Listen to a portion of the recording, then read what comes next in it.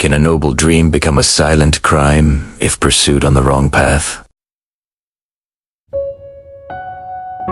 A young man, 20 years old, knelt before an elderly monk beneath the Bodhi tree. His eyes burned with longing.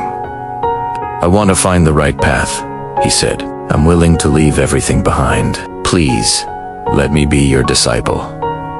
The monk looked at him, his gaze soft but penetrating. His robes were faded, his hands worn, yet his presence was like still water deep, unmoving and clear. "How does one choose a path in life?" the monk asked, not expecting an answer. The young man hesitated. "By sacrifice," he said. "A path that demands sacrifice must be the true one." The monk said nothing. He rose slowly and motioned for the young man to follow. They entered a quiet study filled with ancient scrolls and porcelain relics. The scent of sandalwood hung in the air. As the monk reached for a book, his sleeve brushed a shelf. A rare porcelain vase teetered, then fell. Without thinking, the young man lunged forward.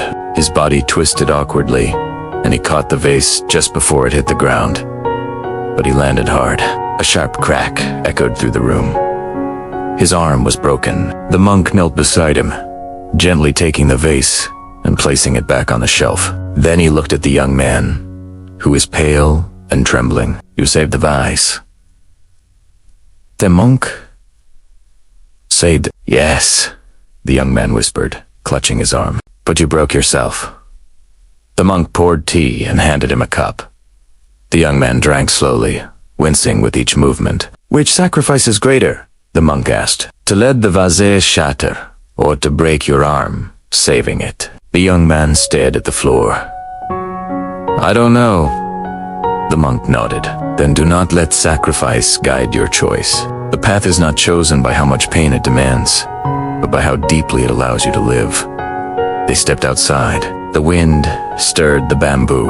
A crooked tree grew between two stones, its trunk bent but thriving. "Why does this tree grow twisted?" the monk asked. "Because the rocks block its way." "Yet it grows," the monk said.